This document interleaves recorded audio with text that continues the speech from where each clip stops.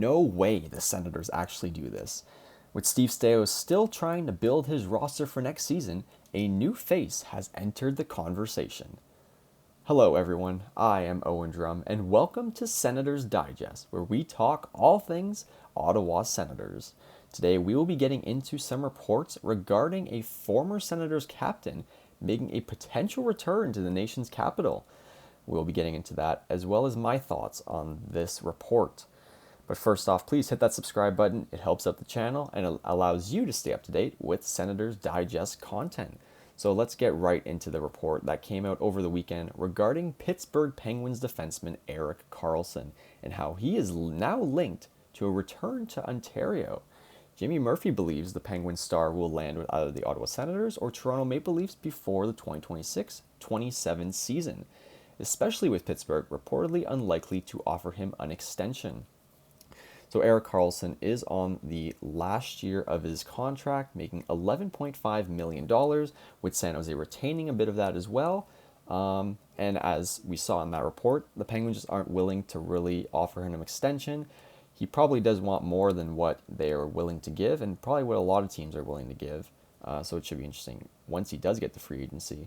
And obviously, they're trying to build something a little younger with what they have. They have Letang and Karlsson currently on the defensive in their defensive rotation, so makes sense that they're trying to get a little younger. And Karlsson is a guy to probably get rid of, obviously because of his contract and the last year of his deal. But obviously, he was a Senators legend for many years. If we take a look at his stats with the Senators, he was an icon with the Sens. Made a good amount of playoffs and had that amazing 2017 playoff run where they made the conference finals, ultimately losing in Game 7 against the Pittsburgh Penguins. But everyone thought that those playoffs, that if the Sens would have made the Cup final, they could have potentially, or Karlsson could have potentially won the Conn Smythe, even if they, regardless of the result of this Cup final. So, a Senators icon, and he's still been able to put up numbers since he's left. Even just last season alone, he's still putting up great offensive numbers. If we look here, 66 points, 15 goals, 51 assists, offense still there. My concern, though, is the defense. Only 20 hits last year. 20 as a top line defenseman. Aren't you supposed to be the guy around the board trying to get the puck back in your own zone? Well, 20 hits, that's not exactly the number you want to have, especially with what the Senators are trying to build right now, being a very physical team, a hard team to play against. I don't think Karlsson really fits the mold here for the Senators. Obviously, I love Karlsson. He was a great Senator at the time, but he's gotten a lot older now, and he's not the player he used to be. He's not as quick. He's not as aggressive, obviously. He's not as physical. I mean, he was always a bit of a defensive liability.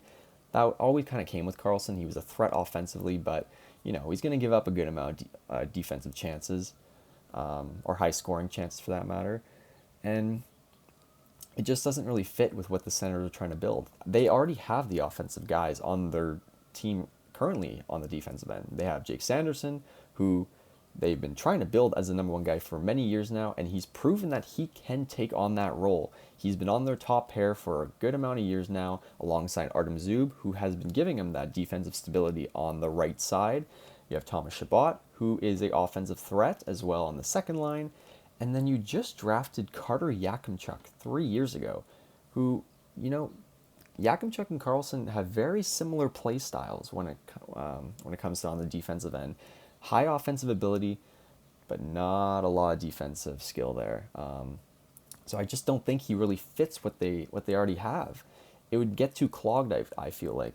If you have Sanderson, Chabot, and Karlsson, they would all be battling for that number one power play spot. Sanderson would ultimately get it, but Karlsson would want that. He still is playing over 20 minutes a game every night with the Penguins. So that would get chopped a good amount if he's on the Senators, because Sanderson always plays over 25 minutes a game. Sanderson's always in the top 5, it seems like, in time on ice every season. And Chabot is also playing a lot of minutes. So I just don't see exactly where Karlsson would fit there when we're looking at the defensive depth chart. And like we said, the defensive stats just aren't as good anymore. I'm going to pull up his defensive rating. Yeah, plus 2.3 defensive rating. As a top guy, you expect it to be a little higher than that. Again, offensive rating is there, plus 13.3. But when we're comparing it to other guys in the league like Quinn Hughes or Cale Makar or even Jake Sanderson, you want that defensive rating to be pretty much the same as your offensive rating, because you have to defend after all. You're supposed to be the guy that you rely on defensively. And if we look at what the Senators have had yesterday or last season in terms of their defensive rating, plus 39.9, which ranked 5th in the NHL last year. That's amazing for a team that was a second wildcard team. They were the fifth best defensive team in the league according to their rating. So yeah, it just doesn't make sense. He doesn't fit the mold that Travis Green has been trying to build since he's been the head coach of the Ottawa Senators. He's really locked into the defenseman's mind of being hard to play against, being physical around the boards, making it really hard for other teams to play against. And a lot of teams last season they didn't want to play the Senators because of how hard it was to get chances off of them. And even though they did get swept in the first round last year, Carolina didn't score many goals either. The Senators were able to hold them to not many goals. The power play was also cold for the Hurricanes, as the penalty kill really got to life there by the end of the year. But Karlsson doesn't fit that. He's not a player that will be really physical. Like we saw, he doesn't get a lot of hits. 20 hits last year. That's not gonna go well with Travis Green. And like I said, I don't know where he fits in the lineup. If we take a look at the Senators' defensive pairings, like I said, we have the first one of Sanderson Zub. I don't think you touch that. That has worked for a good amount of seasons now. Sanderson and Zub have been great together. This allows Sanderson to be more of an offensive threat because Zub can help out more defensively. It's just that he's got more of a support man that way. Then you have Chabot on the second line with Spence. Obviously, Spence is a guy that can move up and down a little bit. And Tyler Klevin, I think, has proven to be in his top 6. And Carter Yakimchuk is a guy I believe will get a chance this year. But if the Senators were to make a deal here and offer a trade, you'd have to give up someone with a high salary. And I'm looking at Chabot as probably a guy on the move. And I don't think that's the move at all. Because Karlsson only has, probably 3 years left. He has this 1 year on his contract, and they'll probably sign maybe a 3-year deal his next one, max, 3-year deal max. And then it's probably done for that. I think Chabot, he wants to stay in Ottawa. His contract's coming to an end, and he'll probably sign a long-term extension with the Senators, I'd imagine. He may want to look elsewhere, but I feel like he will stay with the Senators. Another player they might move in a Karlsson trade is Carter Yakimchuk. And I am completely against this, because Yakimchuk is just a younger version of Karlsson. Yakimchuk has more upside in the future. Yes, Karlsson can probably still put up more points than Yakimchuk would for an entire year, but Yakimchuk's the guy.